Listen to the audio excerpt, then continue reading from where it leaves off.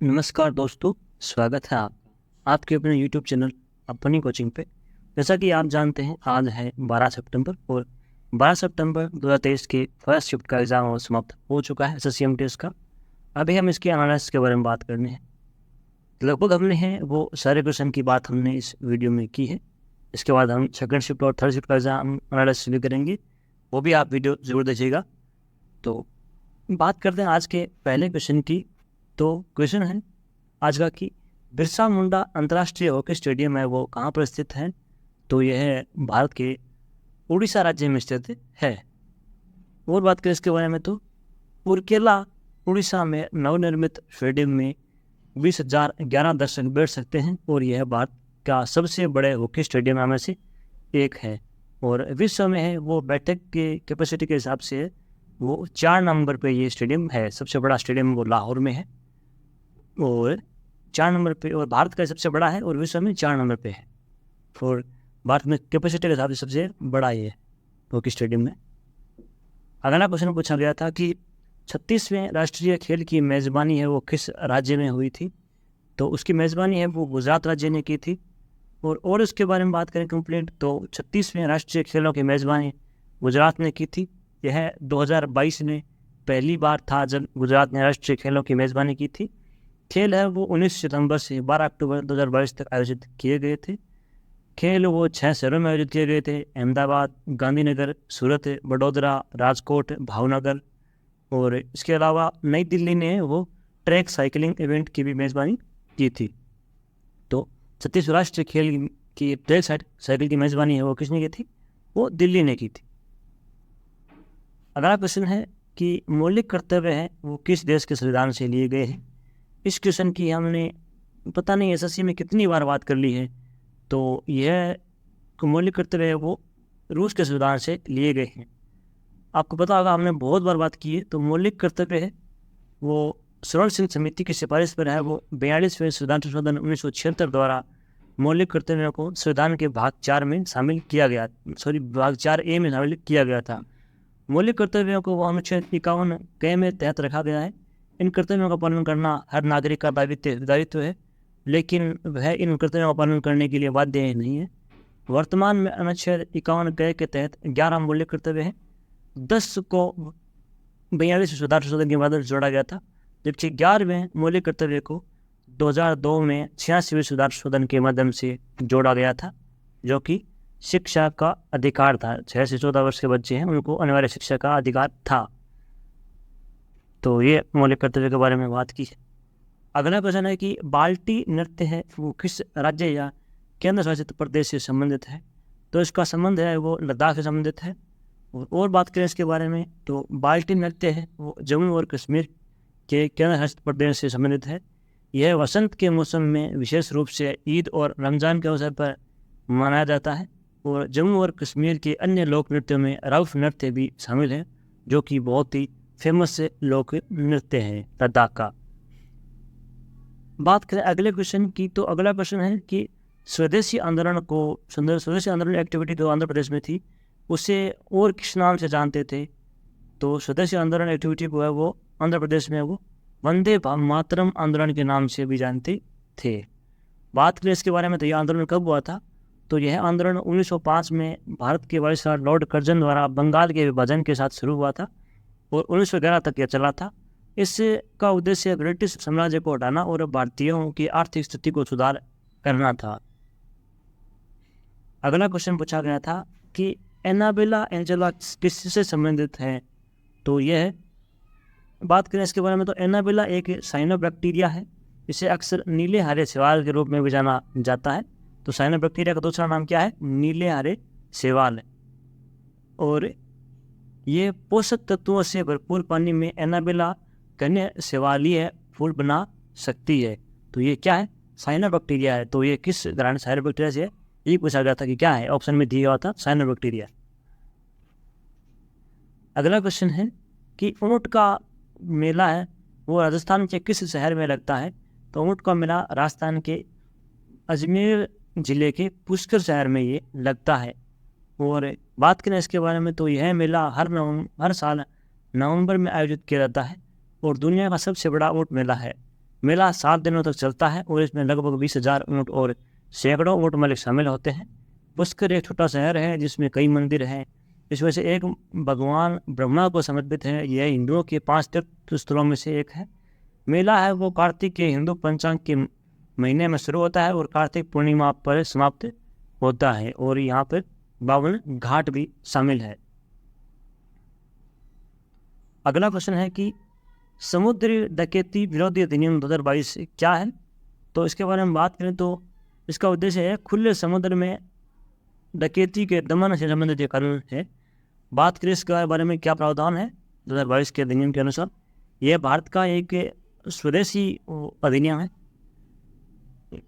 भारत के मतलब ये भारत के लिए ही लागू होता है। तो यह विधेयक है वो समुद्री डकैती को किसी जहाज, विमान या व्यक्ति के खिलाफ है हिंसा, हिरासत या विनाश के किसी भी अवैध कार्य के रूप में परिभाषित करता है। विधेयक में समुद्री डकैती में शामिल किसी भी व्यक्ति के लिए मृत्युदंड या आजीवन कारावास की सख्त धाराएं शामिल है। समुद्री डकैती में स्वेच्छा से जहाज या विमान के संचालन में भाग लेना भी शामिल है। बात करें अगले क्वेश्चन की, तो क्वेश्चन है कि निम्नलिखित में से तोता हिंद या तूतिया हिंद के नाम से किसे जाना जाता है। तो अमीर खुसरो का है वो तूतिया हिंद या तोता हिंद के नाम से जाना जाता है। बात करें अमीर खुसरो के बारे में, तो अमीर खुसरो है वो एक सूफी संगीतकार, कवि और मध्यकालीन भारत के विद्वान थे। वह अलाउद्दीन खिलजी के दरबारी थे और उन्हें सितार और तबले का आविष्कारक माना जाता है। उन्हें उर्दू साहित्य का पिता भी कहते हैं और उन्हें कव्वाली के जनक के रूप में भी जाना जाता है। तो एक महान हस्ती थी अमीर खुसरो, उर्दू के महान ज्ञाता थे ये। एक क्वेश्चन है दोस्तों कि एक स्टूडेंट ने भेजा था कि ये प्रश्न एक ही ने भेजा थे वर्षन कि क्वेश्चन था कि मोहन वीणा का आविष्कार किसने किया है। तो मोहन वीणा का आविष्कार है वो विश्व मोहन भट्ट ने किया है, और जिन्हें ग्रैमी अवार्ड में मिल चुका है विश्व मोहन भट्ट को। और एक स्टूडेंट भेजा था कि वीणा की खोज किसने की थी। तो इसका उत्तर होगा ऋषि नारद ने। इन दोनों में से जो भी क्वेश्चन पूछा गया था आज, तो आप बता सकते हैं कि कौन सा क्वेश्चन पूछा गया था, वो आपको हम PDF में प्रोवाइड करवा देंगे।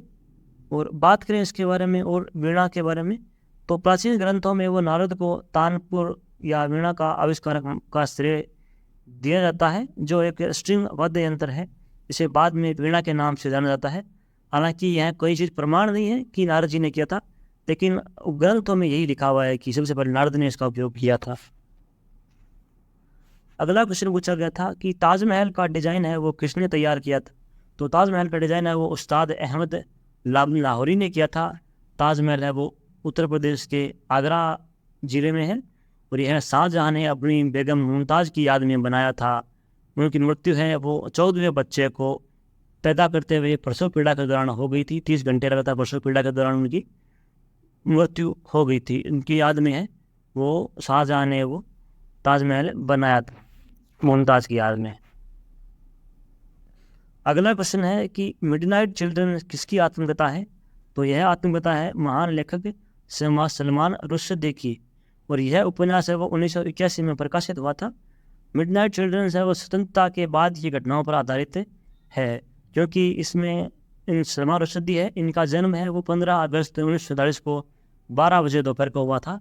तो इनमें जो भी अंग्रेजी एक्टिविटी थी उनके बारे में इन्होंने लिखा है। स्वतंत्रता के बाद ही इनका जन्म हुआ था, तो उनके जिन्होंने अपनी आत्मकथा देखी थी, जो सच्ची घटनाएं हैं, उनको इस बुक में है वो लिखा है। अगला क्वेश्चन है कि IBA महिला विश्व मुक्केबाजी चैंपियनशिप 2023 की मेजबानी कहाँ पर हुई थी। तो इसका सही उत्तर होगा भारत के नई दिल्ली में, राजधानी में। और बात करें भारतीय मुक्केबाजी में है वो 48, 50 और 75 और 81 किलोग्राम भार वर्ग में 4 स्वर्ण पदक जीते थे। नीतू गंगासा ने मिनिमम वेट स्पर्धा 45 से 48 किलोग्राम में स्वर्ण पदक जीता था, और भारत 2006 के बाद पहली बार पदक तालिका में शीर्ष पर रहा था IBA महिला विश्व मुक्के चैंपियनशिप में। अगला क्वेश्चन है कि ग्रामीण बैंक का मुख्य कार्य क्या होता है। तो इनका कार्य होता है कि बैंकिंग सुविधाओं से वंचित लोगों को बैंकिंग सुविधा प्राप्त करवाना। दोस्तों मैंने कल बताया था कि स्मॉल फाइनेंस बैंक, ग्रामीण बैंक, इनसे क्वेश्चन बार बार पूछ रहे हैं, तो आप इनके बारे में जो मैंने प्रोवाइड करवाया PDF में वो ज़रूर देख के जाएँ आप। जो एक्स्ट्रा फैक्ट बताते हैं हम, तो उसको उससे ही क्वेश्चन बनते हैं, या तो वही सेम पूछा जाता है या फिर एक्स्ट्रा फैक्ट के साथ बनता है क्वेश्चन। तो जो एक्स्ट्रा फैक्ट बता रहे हैं उनको आप जरूर पढ़ के जाइएगा। और बात करें ग्रामीण बैंक के बारे में, तो वे छोटे और सीमांत किसानों, कृषि मजदूरों, कारीगरों और छोटे उद्यमियों को ऋण और अन्य सुविधाएं प्रदान करती है ग्रामीण बैंक। और ग्रामीण बैंक हैं वे बैंकिंग क्षेत्रों में बचत खाते, चालू खाते, जमा और बुनियादी लेन देन जैसी बैंकिंग सुविधाएं प्रदान करवाते हैं। बात करें अगले क्वेश्चन की, तो अगला क्वेश्चन है कि मुल्क राज आनंद की बुक का नाम क्या है? तो इसका नाम ऑप्शन में दिया हुआ था अनटचेबल। तो ये ऑप्शन में अनटचेबल पुस्तक का नाम दिया हुआ था। मुल्क राज महान लेखक हैं। तो इनकी और पुस्तकों के बारे में बात करें तो मुल्क राज आनंद की अन्य पुस्तकों शामिल है दी विलेज, जो कि 1948 में आई थी। अगला है अक्रॉस द ब्लैक वाटर्स, जो 1948 में आई थी। The sword and A sickle, जो कि 1942 में आई थी। उल्ली 1936 में आई थी। The lips and the bed, ये 1937 में आई थी। The private life of an Indian Prince 1953 में आई थी। तो ये मुल्क राज आनंद की अन्य फेमस पुस्तकें हैं। अगला क्वेश्चन है कि पूर्वांचल की पहाड़ियों का अन्य क्या नाम है? तो पूर्वांचल की पहाड़ियाँ हैं, बात करें इनके बारे में तो पूर्वांचल की पहाड़ियाँ या उत्तरी पूर्व पहाड़ियाँ को पटकाई पहाड़ियाँ, नागा पहाड़ियाँ, मणिपुरी पहाड़ियाँ और मिजो पहाड़ियाँ इसमें शामिल है। इन्हीं चार में से कुछ ऑप्शन दिया हुआ था। बात करें पूर्वांचल की प्रमुख पहाड़ियों के बारे में तो मेघालय की गारो, खासी, जैंतिया पहाड़ियाँ है जो पूर्वांचल की पहाड़ियों में आती है। मिजोरम में मिजो पहाड़ियाँ, नागालैंड में नागा पहाड़ियाँ, मेघालय राज्य में पटकाई भूमि पहाड़ियाँ, मणिपुर राज्य में मणिपुरी पहाड़ियाँ, अरुणाचल प्रदेश में मिसमी पहाड़ियाँ, असम में मिकिर पहाड़ियाँ, ये पूर्वांचल की मुख्य पहाड़ियाँ हैं। अगला क्वेश्चन पूछा गया था कि तमिलनाडु से संबंधित कल्टीवेशन कौन सा है? तो कल्टीवेशन कृषि होती है। तो बात करें इसके बारे में तो इसका सही उत्तर था पोडो कल्टीवेशन। तो कुछ ऑप्शन दिए हुए थे कि कौन सा कल्टीवेशन, निम्न में से कौन सा कल्टीवेशन तमिलनाडु से संबंधित है? तो पोडो कल्टीवेशन है, यानी कि पोडो कल्टीवेशन का। और बात करें इसके बारे में तो पोडो कृषि एक पारंपरिक कृषि प्रणाली है जिसका उपयोग भारत में जनजाति द्वारा किया जाता है। इस प्रणाली में किसान हर साल जंगल के विभिन्न क्षेत्रों को जलाकर साफ करते हैं ताकि फसलों के लिए भूमि उपलब्ध हो सके। और पोडो का मतलब होता है स्थानांतरित कृषि, और यह तेलुगु शब्द पोडू से आया हुआ है। तेलुगु का शब्द है पोडू, तो उससे पोडो कल्टीवेशन का शब्द बना है। पोडो का होता है स्थानांतरित कृषि। बात करें इंग्लिश के कुछ क्वेश्चन की, तो क्वेश्चन था इंग्लिश का मिस स्पेल्ड ऑफ एक्सपीरियंस का मिस स्पेल्ड पूछा था। इसमें एक्सपीरियंस का ANCE दिया हुआ था। मिस स्पेल्ड ऑफ एक्यूमुलेशन का E दिया हुआ था। और सिनोनिम ऑफ लेकोनिक यानी संक्षिप्त का समानार्थक शब्द पूछा था।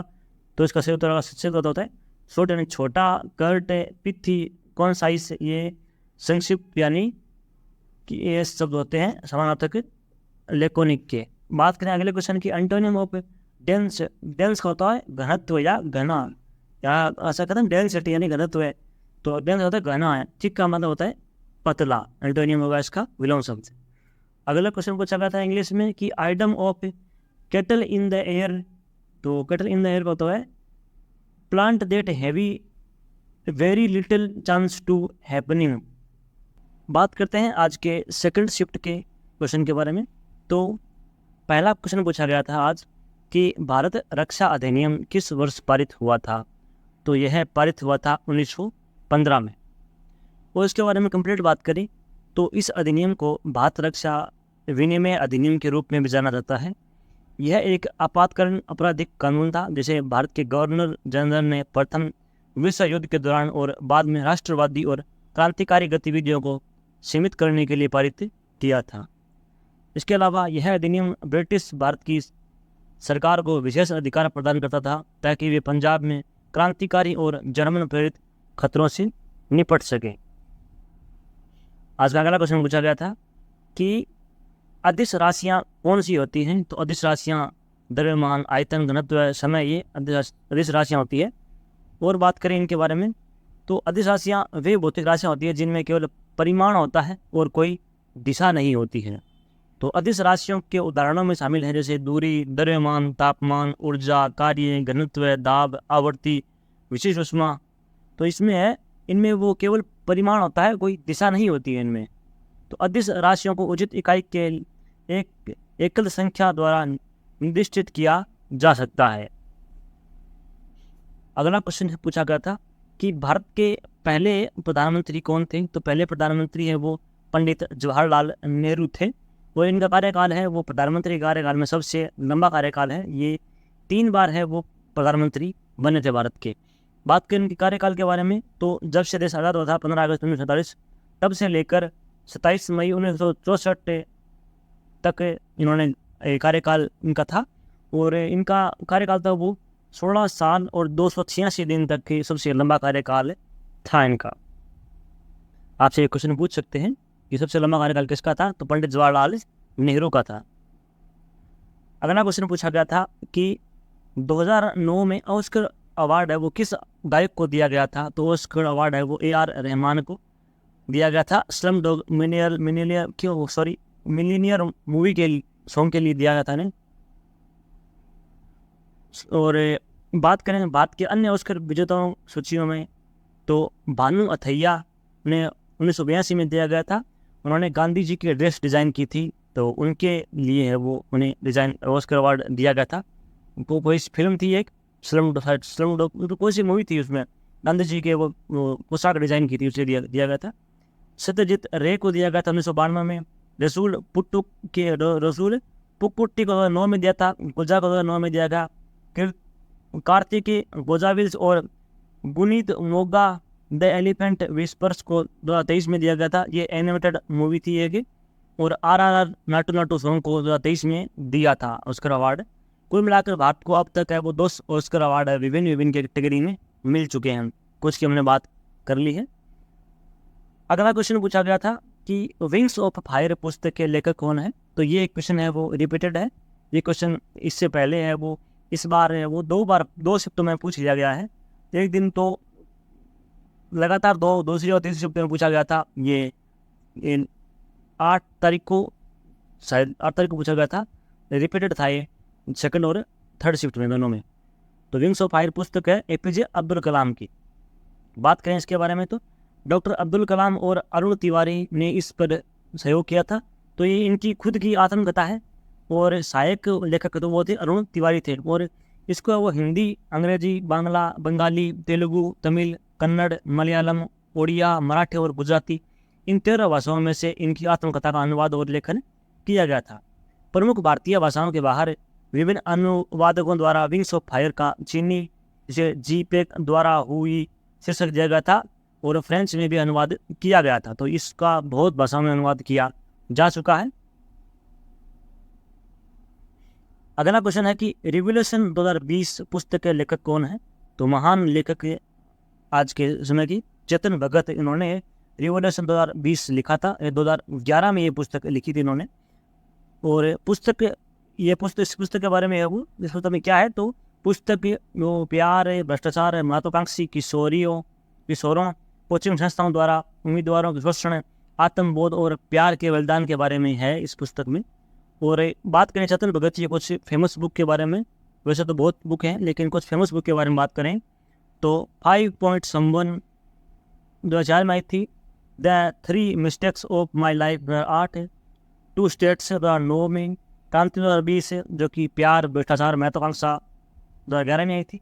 द गर्ल इन रूम 105 में ये 2018 में आई थी। 1 अरेंज्ड मर्डर 2020 में आई थी।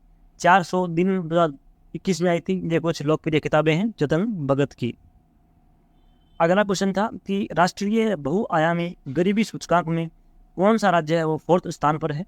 तो इसका उत्तर होगा मध्य प्रदेश। बात करें ये इंडेक्स कौन जारी करता है, तो नीति आयोग के बहुआयामी गरीबी सूचकांक MPI के अनुसार मध्य प्रदेश देश के सबसे गरीब राज्यों में 4थे स्थान पर है। सूचकांक के अनुसार मध्य प्रदेश की 37% आबादी वो गरीब है।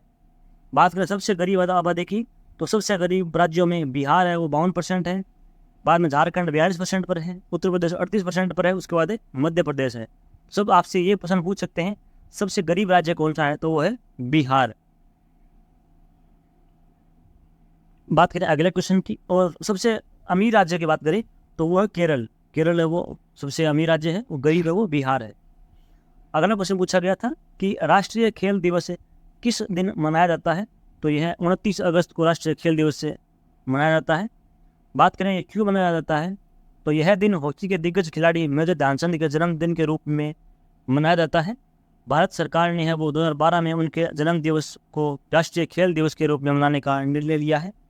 मेजर ध्यानचंद ने 1928, 1932 और 1936 में भारत के लिए ओलंपिक में स्वर्ण पदक जीते थे। उन्होंने अपने करियर में 400 से अधिक बॉल किए थे। उन्हें हॉकी के द विजार्ड या द हॉकी के जादूगर के नाम से भी जाना जाता है। अगला क्वेश्चन है कि निम्नलिखित में कौन सी श्रेणी है वो राजस्थान में स्थित है, तो कुछ ऑप्शन दिए हुए थे, उसमें से एक ऑप्शन था अरावली श्रेणी, तो ये इसका अरावली श्रेणी है वो राजस्थान में स्थित है। बात करें इसके बारे में तो यह भारत की सबसे पुरानी पर्वत श्रृंखला है और राज्य को पूर्वी और सभी राज्यों को पूर्वी और पश्चिमी राजस्थान में विभाजित राजस्थान राज्य को वो पूर्वी और पश्चिमी राजस्थान में विभाजित करती है। अरावली श्रृंखला है वो लगभग 692 किलोमीटर लंबी है और इसमें गुजरात, हरियाणा, राजस्थान और दिल्ली शामिल है। तो यह गुजरात से शुरू होती है और ये राजस्थान में होती हुई बाद में हरियाणा और दिल्ली में जो राष्ट्रपति भवन है वो रायसीना की पहाड़ी वहाँ तक इसका फैलाव है। 692 किलोमीटर ये लंबी है और सबसे अधिक लंबी राजस्थान में ही है। लगभग ये 523 किलोमीटर या 520 किलोमीटर इतनी लंबी है, वो केवल राजस्थान में है। और शहर इसकी बात करें, इस अरावली के जो सबसे ऊंची चोटियाँ हैं अरावली की, तो उनके बारे में बात करें तो गुरु शिखर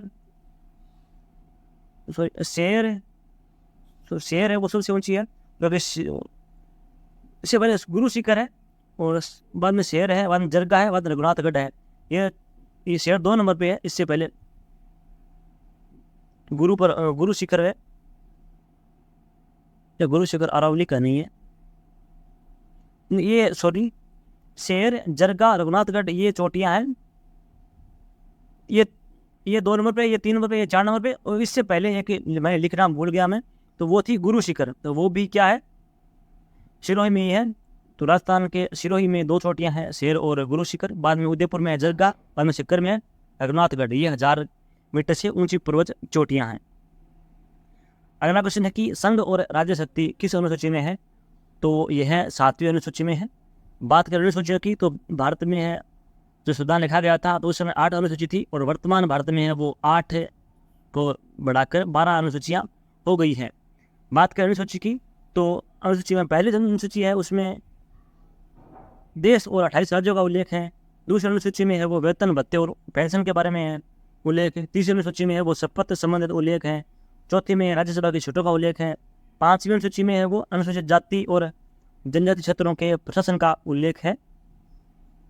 बात करें अगले 6ठी अनुसूची के बारे में तो असम, त्रिपुरा, मेघालय, मिजोरम का जनजातीय प्रशासन है, जो आपका ट्रिक याद किया होगा ATM स्क्वायर।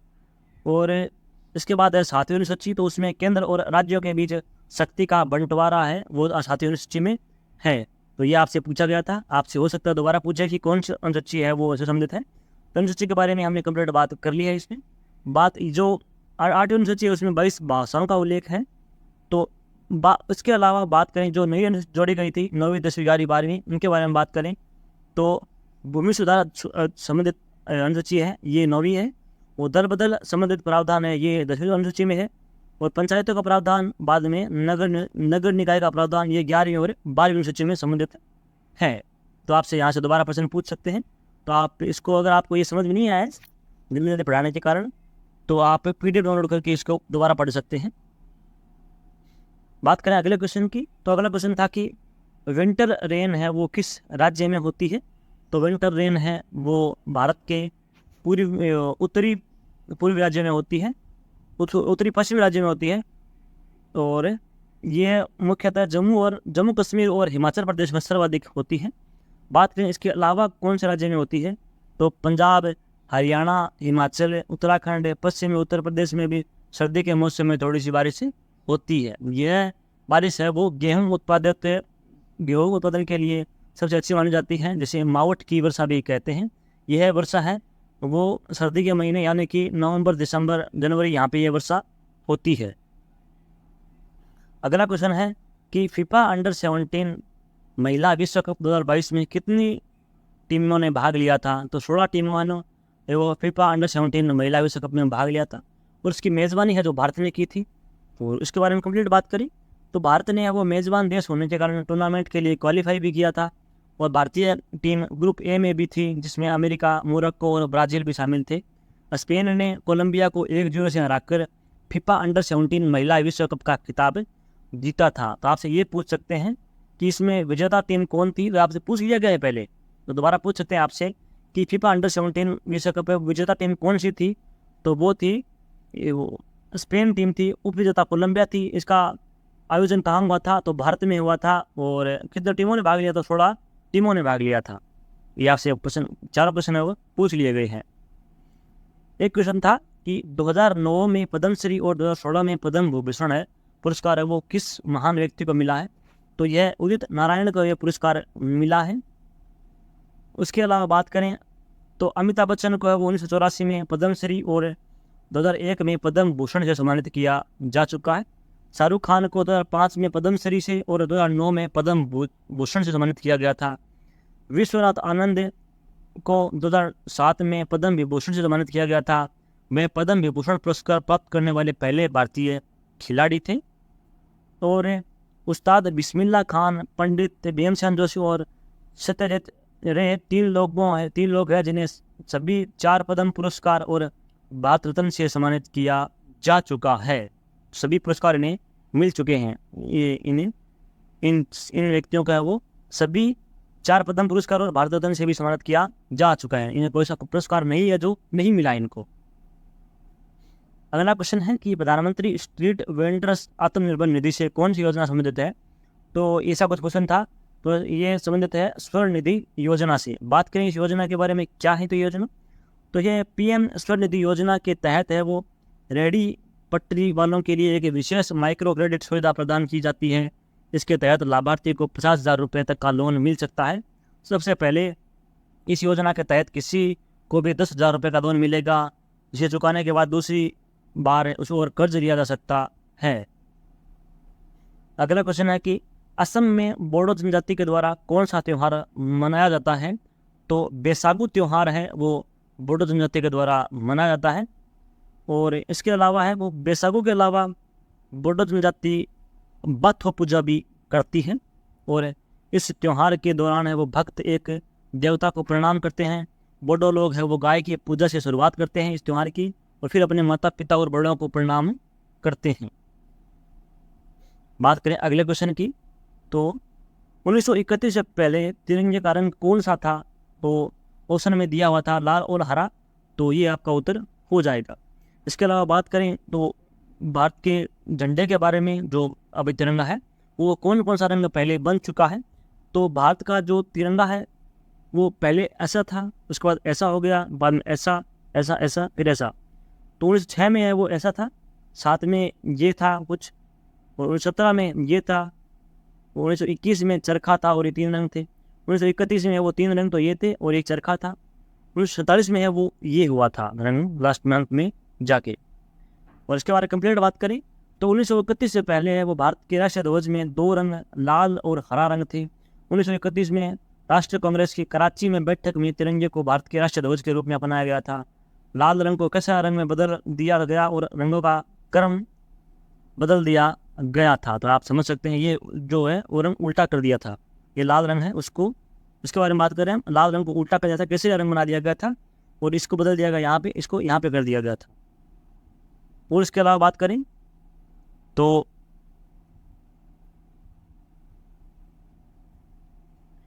1931 में तिरंगे में सबसे ऊपर कैसा रंग, बीच में सफ़ेद रंग और अंतिम में हरे रंग की पट्टी थी। इसमें छोटे आकार का चरखा बीच में सफ़ेद पट्टी को रखा गया था। सफ़ेद पट्टी में चरखा राष्ट्रगान के प्रगति का प्रतीक है, ये आप रिलेट कर सकते हैं आप इससे।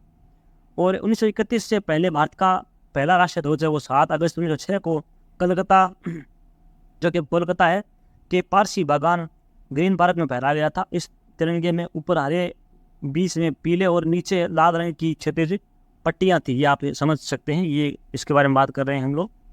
तो ये आप 6 चरण पाँच चरण पड़ाव पार करके वो छठा ये भारत का झंडा बना था।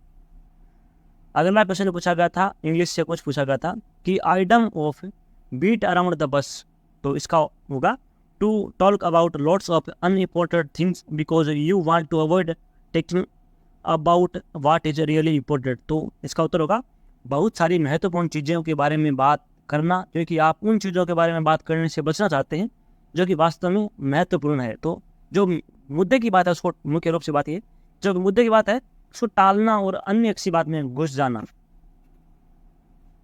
अगला क्वेश्चन था इंग्लिश में कि सिनोनिम ऑफ पेरिल, तो पेरिल का मतलब होता है जोखिम, तो जोखिम का समानार्थक शब्द पूछा था, तो इसका सही उत्तर होगा हैजर्ड, मेनेंस और पिटफॉल, तो ये इसका समानार्थक शब्द हो जाएगा। थर्ड शिफ्ट के क्वेश्चन पूछे गए थे उनके बारे में, तो क्वेश्चन पूछा गया था पहला कि गणेश चतुर्थी है वो मनाने की शुरुआत किसने की थी।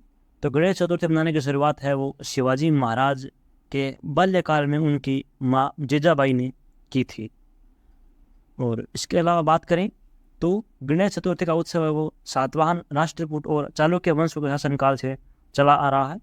ऐतिहासिक साक्ष्य बताते हैं कि छत्रपति शिवाजी महाराज ने संस्कृति और राष्ट्रवाद को बढ़ावा देने के तरीके के रूप में उत्सव शुरू किया था। इसके अलावा राष्ट्रीय स्तर पर है इसको मान्यता प्राप्त करवाई थी वो लोकमान्य बाल गंगाधर तिलक ने। तो लोकमान्य बाल गंगाधर तिलक है, उन्होंने 1893 में महाराष्ट्र में गणेश चतुर्थी की शुरुआत की थी। तिलक ने उस उत्सव को राष्ट्रीय पहचान दिलाई थी। तो आपके ऑप्शन में शिवाजी महाराज की माँ जीजाबाई है, उनका ऑप्शन था, तो शिवाजी महाराज का ही मान लीजिए, तो ऑप्शन यही था। अगला क्वेश्चन है कि फीफा अंडर 17 महिला वर्ल्ड कप किस राज्य में हुआ था। तो इसकी मेज़बानी है वो भारत ने की थी। इससे पहले मैंने बताया था आपको, इसे पहले शिफ्ट में पूछा गया था क्वेश्चन आपसे, इस शिफ्ट में बताया था ये कि आपसे पूछ सकते हैं कि मेज़बानी किसने की थी, तो ये पूछ लिया गया है मेज़बानी किसने की थी और कौन कौन से राज्य में हुई थी। तो इसकी मेज़बानी है वो भारत के 3 राज्य, भुवनेश्वर उड़ीसा का शहर है वहाँ पे कि कलिंग स्टेडियम में, और मडगांव जो कि गोवा का शहर है पंडित जवाहरलाल नेहरू स्टेडियम में, और नवी मुंबई जो कि महाराष्ट्र में है वह डीवाई पाटिल स्टेडियम में इसकी मेज़बानी हुई थी। बात करें इसके अलावा अगला क्वेश्चन था कि टाटा स्टील कंपनी लिमिटेड किस वर्ष स्थापित की गई थी। तो इसकी स्थापना 1907 में की गई थी, और किसके द्वारा की गई थी और कहाँ की गई थी। तो बात करें इसके बारे में तो टाटा स्टील जो कि पूर्व में Tata iron and steel company limited थी, अर्थात टिस्को के नाम से जाने जाने वाली यह भारत की प्रमुख इस्पात कंपनी है, लोहा बनाने वाली। और जमशेदपुर स्थित इस कारखाने को स्थापना 1907 में की गई थी। तो यह कहाँ स्थापित है, जमशेदपुर में, झारखंड के जमशेदपुर में। अगला क्वेश्चन पूछा गया था, ये क्वेश्चन बार बार पूछा गया, इससे पहले पूछा गया था कि आम्र वर्षा है वो कौन कौन से राज्य में होती है। तो ये क्वेश्चन 3 से 4 बार रिपीटेड है इस बार। तो आम्र वर्षा है वो केरल और कर्नाटक में होती है, और यह वर्षा है जो कॉफ़ी की खेती के लिए बहुत उपयोगी है। अगला क्वेश्चन पूछा गया था कि फॉरवर्ड ब्लॉक पार्टी की स्थापना किसने की थी। तो इस पार्टी की स्थापना है वो नेताजी सुभाष चंद्र बोस ने की थी, और यह वामपंथी राष्ट्रवादी राजनीतिक दल है। इसकी स्थापना है वो सुभाष चंद्र बोस ने 1939 में की थी। तो आपसे यह पूछ सकते हैं आइए कि कब की थी, तो 1939 में की थी। और सुभाष चंद्र बोस ने कांग्रेस के भीतर फॉरवर्ड ब्लॉक की स्थापना की थी ताकि कांग्रेस को जनता के स्वतंत्र होने की इच्छा, लोकतंत्र और क्रांति का प्रतीक बनाया जा सके। और बोस और सरदुल सिंह कविसर पार्टी के पहले अध्यक्ष और उपाध्यक्ष थे। पार्टी का अपना अखबार था जिसे फॉरवर्ड ब्लॉक कहा जाता था। अगला क्वेश्चन है कि राष्ट्रीय सामाजिक सहायता कार्यक्रम किस मंत्रालय द्वारा लॉन्च किया गया था। तो यह कार्यक्रम है वो ग्रामीण विकास मंत्रालय द्वारा लॉन्च किया गया था। इसके अलावा अगला क्वेश्चन है कि निम्नलिखित में से कौन सूक्ष्म वित्त संस्था को ऋण देता है। तो सूक्ष्म वित्त संस्था है जो नबार्ड बैंक, जो बंधन बैंक, नाबार्ड बैंक, ये जो बैंकें हैं वो हमें लोन देती है, लेकिन इन बैंकों को लोन कौन देता है। तो बात करें इसके बारे में तो सूक्ष्म वित्त संस्थान यानी कि MFI को ऋण देने वाले विभिन्न ऋणदाताओं में गैर लाभकारी संगठन, बैंक और क्रेडिट यूनियन शामिल हैं। और भारत में सूक्ष्म वित्त का नियामक भारतीय रिजर्व बैंक यानी RBI देता है, और RBI सूक्ष्म वित्त क्षेत्र को विनियमित करता है और माइक्रो फाइनेंस इंस्टीट्यूट यानी MFI को उधार दर और मार्जिन पर ऊपरी सीमा तय करता है कि आपको कितना लेना है कितना नहीं लेना है लोगों से। अगला क्वेश्चन है कि नीति निर्देशक तत्व है वो किस देश के संविधान से लिए गए हैं, तो ये लिए गए हैं आयरलैंड से। इससे पहले जो शिफ्ट था उसमें पूछा गया था कि नीति निर्देशक तत्व है नीति क्या मौलिक कर्तव्य वो कौन से संविधान से लिए गए हैं, तो वो लिए गए थे रूस के संविधान से। तो नीति निर्देशक तत्व है वो लिए गए आयरलैंड के संविधान से। भारतीय संविधान में नीति निर्देशक तत्व है वो आयरलैंड के संविधान से लिए गए हैं। यह तत्व है वो भारतीय संविधान के भाग 4 में अनुच्छेद 36 से 51 में शामिल है। और आयरलैंड ने इन सिद्धांतों को स्पेन के संविधान से लिया था। और भारत के संविधान में निर्माता आयरिश राष्ट्रवादी आंदोलन से प्रभावित थे, विशेषकर आयरिश होम रूल आंदोलन। नीति निर्देशक तत्वों को भारतीय संविधान में शामिल करने का मुख्य उद्देश्य है वो सामाजिक और आर्थिक न्याय सुलभ कराना तथा प्रजातंत्र की स्थापना करना है। अगला क्वेश्चन था कि लता मंगेशकर पुरस्कार है वो किस राज्य सरकार द्वारा दिया गया है, तो इसका ऑप्शन हमें क्लियर नहीं है, क्योंकि ऑप्शन लता मंगेशकर पुरस्कार है वो 3 सरकार द्वारा दिया जाता है। मध्य प्रदेश हुआ, महाराष्ट्र हुआ, उसके बाद आंध्र प्रदेश हुआ। तो ऑप्शन हमें क्लियर नहीं हुआ, तो ये है मध्य प्रदेश सरकार के द्वारा ये सर्वप्रथम प्रारंभ किया गया था। तो मुझे लगता है कि इसका ऑप्शन मध्य प्रदेश ही दिया हुआ होगा।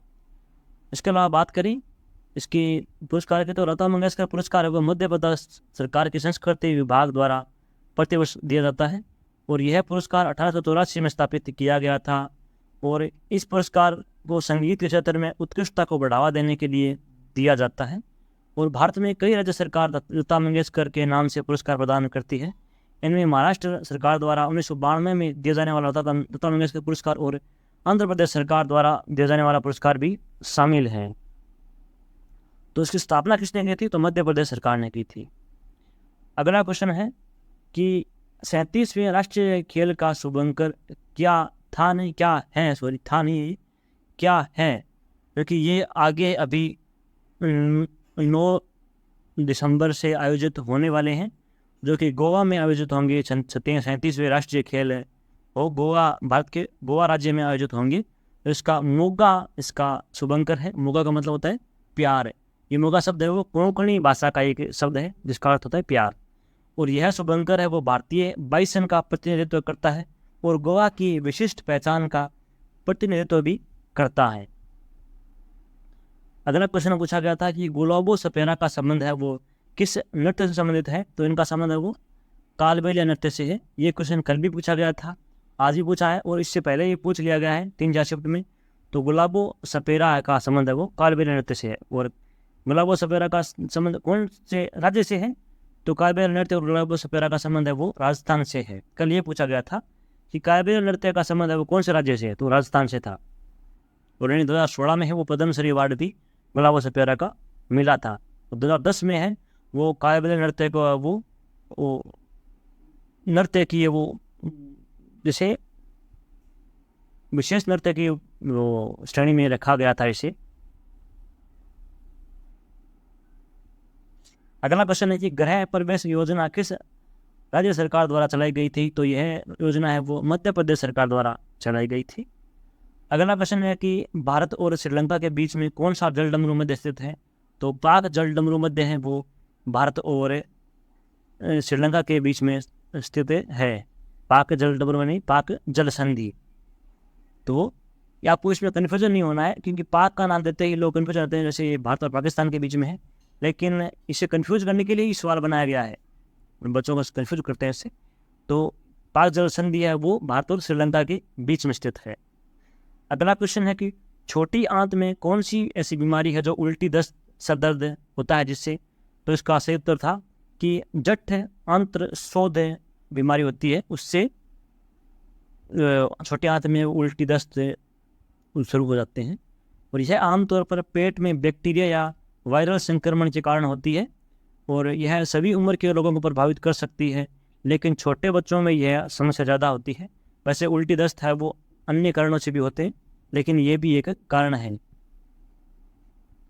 अगला क्वेश्चन कुछ पूछा गया था कि 1927 में किस व्यापारिक संगठन की स्थापना की गई थी, तो वो थी फिक्की की स्थापना।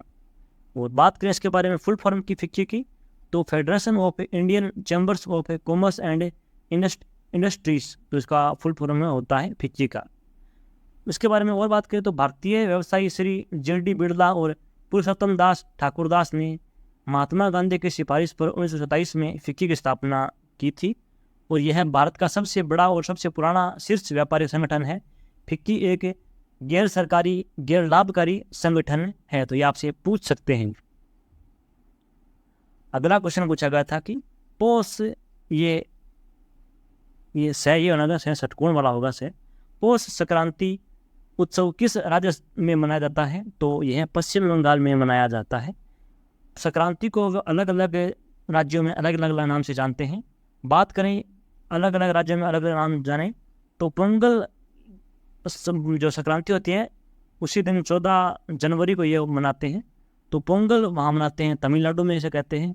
उत्तरायण गुजरात में कहते हैं इसे। भोगाली बिहू उसे असम में कहते हैं। और लोहड़ी है वो पंजाब और जम्मू कश्मीर में कहते हैं। और माघी जो हरियाणा और हिमाचल प्रदेश में कहते हैं। मकर संक्रांति जो कर्नाटक में कहते हैं और राजस्थान में भी इसे संक्रांति या मकर संक्रांति कहते हैं। संक्रांत इसे कश्मीर में कहते हैं। तो संक्रांति को, मकर संक्रांति को या लोहड़ी को अलग अलग राज्यों में अलग अलग नाम से जानते हैं।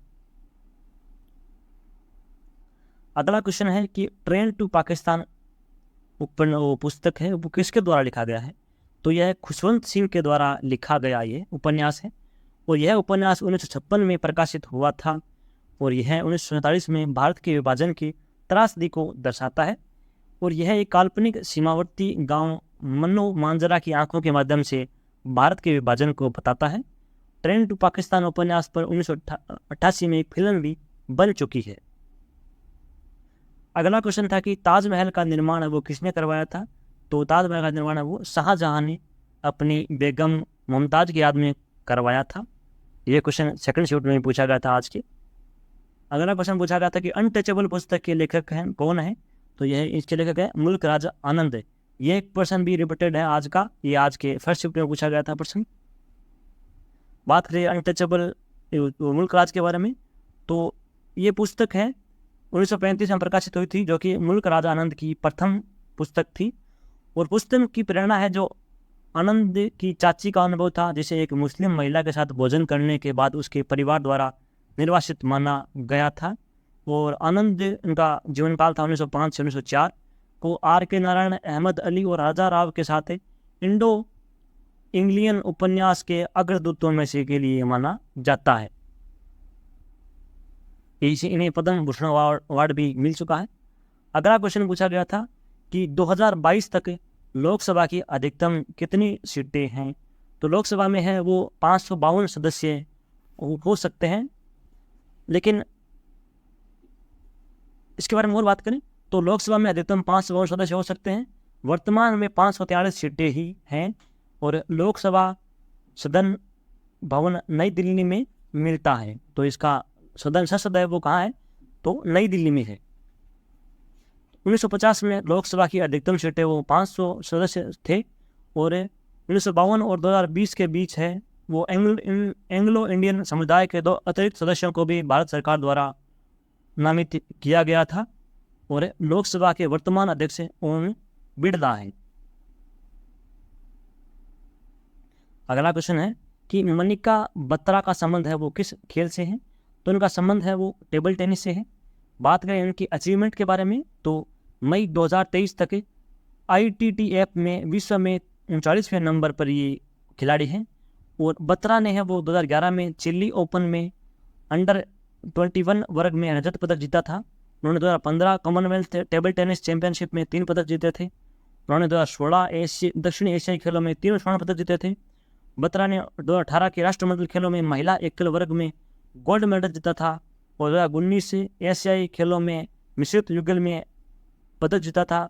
और बत्रा ने 2020 में राजीव गांधी खेल रत्न पुरस्कार अवार्ड भी जीता है। तो ये इन्होंने अपने जीवन काल में बहुत से अवार्ड जीते हैं। तो ये एक महान हस्ती हैं खेल के क्षेत्र में। अगला क्वेश्चन है कि लक्ष्मण महाराज का संबंध है वो किस नृत्य से है? तो इनका संबंध है वो कथक से है और कथक के भी लखनऊ घराने से संबंधित है। और कथक से संबंधित जैसे लखनऊ घराने से संबंधित है जो बिरजू महाराज, शंभू महाराज, लक्ष्मण महाराज, जो अंत में जिनके महाराज लगा होता है वो लगभग है वो कथक से संबंधित है और लखनऊ घराने से संबंध इनका है। अगला क्वेश्चन पूछा गया था कि अल्लाह रखा खान और जाकिर हुसैन का संबंध किस वाद्य यंत्र से है, तो इनका संबंध है वो तबला वादन से है। ये पिता पुत्र है, अल्लाह रखा खान पिता है और जाकिर हुसैन उनके पुत्र हैं। जाकिर हुसैन ने है वो 3 साल की उम्र में अपने पिता से वाद्य यंत्र सीखना शुरू कर दिया था। भारत सरकार ने 1988 में पद्मश्री जाकिर हुसैन को और 2002 में पद्म भूषण से भी सम्मानित किया जा चुका है जाकिर हुसैन को। और उस्ताद अल्लाह रखा खान है वो भी एक महान तबला वादक थे। उनके पुत्र जाकिर हुसैन है वो तो उनसे भी अधिक है वो ख्याति प्राप्त उन्होंने की थी, तो उनको है वो भारत सरकार द्वारा पद्मश्री और पद्म भूषण अवार्ड भी मिल चुका है। तो दोस्तों ये थे आज के हमारे फर्स्ट शिफ्ट और सेकंड शिफ्ट और थर्ड शिफ्ट के एनालिसिस। अभी थर्ड शिफ्ट की बात की है। और अगर आपको वीडियो पसंद आया तो वीडियो को लाइक कीजिए, शेयर कीजिए और सब्सक्राइब कीजिएगा। अपनी राय है वो कमेंट बॉक्स में ज़रूर बताइएगा। अगर आपको इसका PDF डाउनलोड करना है तो लिंक आपको वीडियो के डिस्क्रिप्शन में मिल जाएगा PDF का, वहाँ से जाके आप टेलीग्राम से ज्वाइन कर लीजिएगा और वहाँ से डाउनलोड कर लीजिएगा। अगर आपको 1 तारीख से लेकर आज तक जितने भी शिफ्ट हुए हैं उन सभी का एनालिसिस आपको चाहिए PDF में, तो आप हमारे टेलीग्राम को ज्वाइन कर लीजिएगा, वहाँ सब कुछ मिल जाएगा। इसके अलावा 2023 में जो SSC के एग्ज़ाम हुए हैं वहाँ से जहाँ से क्वेश्चन दोबारा बन रहे हैं, जो भी लगभग 1800 से अधिक क्वेश्चन है वन लाइनर, वहाँ से बार बार प्रश्न पूछ रहे हैं। SSC है वो का पैटर्न सेम ही होता है, सेम ही क्वेश्चन दोबारा पूछी जाती है।